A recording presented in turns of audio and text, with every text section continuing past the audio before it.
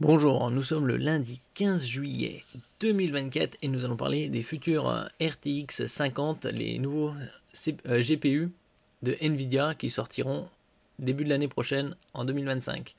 Nous allons voir la consommation estimée de chaque GPU qui est en nette en augmentation. N'oubliez pas de vous abonner pour plus de news sur le monde de l'high-tech ainsi que les bons plans, également sur mon Twitter. Les soldes sont jusqu'au 23 juillet. Et les 16 et 17 juillet, il y a les Prime Day d'Amazon pour ceux qui sont abonnés à Amazon Prime, pour réaliser encore de meilleures affaires que pendant les soldes classiques. La consommation énergétique des futurs GeForce RTX 50 serait connue. Les nouvelles cartes graphiques de Nvidia augmenteraient toutes leur TDP, à l'exception de la RTX 5050. 5050, c'est la carte entrée de gamme, au niveau de la puissance, c'est la plus basse. Après, il y a 5060, 5070, 5080 et le top du top 5090. Bien sûr, il y aura d'autres déclinaisons avec Super, TI, TI Super par la suite. La prochaine génération pourrait donc être plus énergivore en comparaison des RTX 40 qui sont sortis en octobre 2022. Petit à petit, la prochaine génération de cartes graphiques de Nvidia se laisse approcher. La série 50 des fameuses GeForce RTX se rapproche, le modèle 5090 devant être le premier à sortir. C'est toujours comme ça, de façon décroissante, qu'ils sortent les cartes. D'abord la plus puissante, et après progressivement vers les moins puissantes. Logiquement, ces nouveaux modèles devraient offrir un gain de performance par rapport aux cartes précédentes. Par exemple, les GeForce RTX 50 pourraient voir leur bande passante augmenter et passer à la mémoire GDDR7. Oui, ça c'est assuré, puisque la production de VRAM GDDR7 sera massive à partir du premier trimestre 2025. Donc c'est pour ça que les cartes sortiront en même temps, et pas avant. À part sur les 5050 et 5060, où ce sera de la GDDR6. Alors que la RTX 5090 serait commercialisée en fin d'année, vaut mieux attendre plutôt, vaut mieux espérer, ça c'est un espoir, mais ce sera probablement plutôt début 2025. Il serait temps de savoir ce que ces cartes graphiques de nouvelle génération réservent aux joueurs, puisque la plupart des VRAM seront en production de masse GDDR7 début 2025. Donc vaut mieux pas trop espérer avoir... La grande majorité sont en production en 2025. Donc, ce sera pareil pour la sortie de nos nouvelles cartes. De nouvelles fuites viennent compléter les informations à disposition sur les RTX 50. Si les caractéristiques des cartes semblent inégalées, elles s'accorderaient presque toutes sur un point, l'augmentation de leur TDP. Thermal Dissipation Power. C'est la puissance de la carte. Provenant du site Seasonic, un grand fabricant d'alimentation, la fuite de la consommation énergétique des RTX 50 est à prendre avec précaution. Bon, c'est un peu des rumeurs, ça reste à confirmer. Il ne s'agit que de TDP préliminaires. Il est tout à fait possible que ceci change d'ici et que les cartes graphiques soient sur le marché. Parce que vous avez différentes configurations, number GPU 1, 2, 3, 4. Vers des GeForce RTX plus énergivores. Quoi qu'il en soit, les chiffres sont sans appel. Les prochaines GeForce seraient plus énergivores. 4 des 5 modèles listés par Seasonic enregistrent une montée de leur TDP. C'est le cas notamment de la RTX 5090, donc le top du top, 5080, 5070 et 5060. Seule la RTX 5050 semble disposer d'une consommation moindre en comparaison du modèle équivalent de la génération précédente. Il faut dire que c'est là aussi la carte la moins performante, la 5050. Alors la RTX 5090, 500 watts, plus 11%, puisque avant c'était la 4090, c'était du 450. La RTX 5080, 350 watts, plus 9,3%. La RTX 5070, 220 watts, plus 10%. La RTX 5060, 170 watts, plus 6,2%. Et la RTX 5050, 100 watts, moins 13%. Ça reste quand même 100 watts. Il faut savoir que pour la puissance maximale que le port PCI Express peut fournir, c'est 75 watts.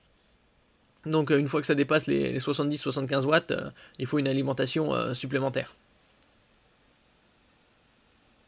En somme, les utilisateurs seraient face à une hausse de la consommation énergétique comprise entre 6,2 et 11%. C'est la RTX 5090 qui remporte la palme de la carte potentiellement la plus énergivore avec son TDP de 500 watts contre 450 pour la 4090. Et comme pour la RTX 4090, il faut une alimentation de 1 kW, pour la 5090, il faudra bien 1 kW, 1,2 kW.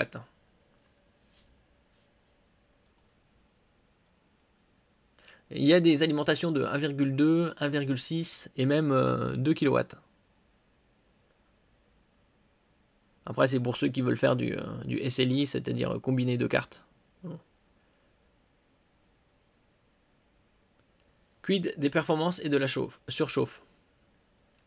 Le TDP n'étant pas toujours pertinent, il faut donc faire attention à ces chiffres. Une valeur plus élevée pourrait être synonyme d'une amélioration des performances, cependant, ce n'est pas toujours le cas. En revanche, l'augmentation du TDP signifie que la consommation énergétique des cartes va grimper. Compte tenu des problèmes rencontrés par Nvidia concernant la dissipation de chaleur de ces RTX 4090, il faut espérer que la firme ait pris les mesures nécessaires pour éviter la surchauffe. Ils avaient fait des tests il y a quelques mois, j'avais fait une vidéo dessus, sur de nouveaux systèmes de rafraîchissement, de refroidissement des cartes. À ce propos, il serait possible que la RTX 5090 adopte un système de refroidissement repensé. La carte graphique intégrerait 2 ventilateurs au lieu de 3. De plus, le design du PCB serait revu afin d'améliorer la dissipation de la chaleur. Et donc ici on a un tableau avec différentes données. En passant de la RTX 4060 jusqu'à 5090. Bien sûr, ça reste à confirmer sur certains points. La 4060, elle a 8 Go de RAM GDDR6, 128 bits le bus, et c'est 115 watts, alors que la 5050 consommerait 15 watts de moins, et aurait 8 ou 16 Go de GDDR6. Mais elle aurait moins de cœur CUDA, 2560 par rapport à 3072.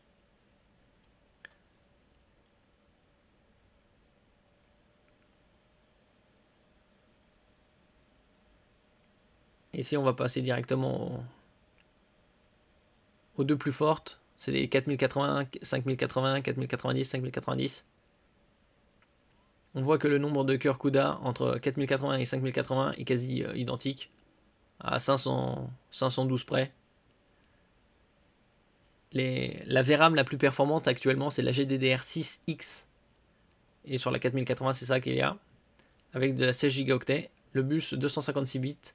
Ce sera pareil pour la 5080 normalement. Et on voit que la différence de puissance, c'est à peu près 10%. Ça passe de 320 à 350. Alors que la 4090 et 5090, on passe de 450 à 500. Donc un peu plus de 10%. C'est-à-dire 11%.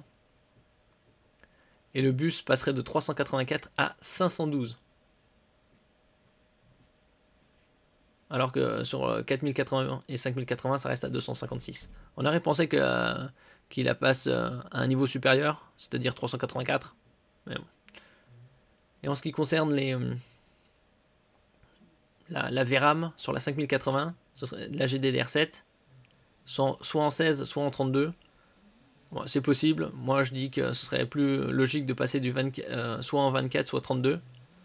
Et en 5090, plutôt de passer du 16 et du 24. Et en ce qui concerne la 5090, il y aurait soit 32, soit 64. Actuellement, la 4090 en a 24. Je verrais plus du 32, du 48 et du 64. 64 étant énorme. Mais 5090, ça dépend le prix. Mais ils auraient pu faire directement 48-64. Et au niveau de la 90, la 5080, faire du 32, 24-32 en deux versions, et 5070 du 16-24. Et en ce qui concerne les autres, 5060, au lieu de faire 8 et 16, ce serait plutôt de la mettre à 16, une seule version 16. Et en ce qui concerne les 5050, 16 également. Surtout qu'elle est en GDDR6, alors que l'autre en 5060 c'est de la GDDR7. Donc pour résumer, le TDP des prochaines GeForce RTX 50 de Nvidia serait connu. Donc ce serait ces chiffres-là. Bien sûr, ça reste à confirmer puisque leur sortie sera dans un peu moins de 6 mois. Environ 6 mois. L'ensemble du catalogue, excepté la 5050, consommerait plus. Comme on voit ici, 5050, 100 watts, alors que l'autre c'est 115. La hausse du TDP serait comprise entre 6,2 et 11% par rapport à la génération précédente, la RTX 40. Nous verrons ça, comme je dis, avec les annonces en octobre-novembre et commercialisation courant début 2025. Merci pour votre écoute. N'oubliez pas de mettre un j'aime, un commentaire, de partager et de vous abonner à la chaîne. À la prochaine fois.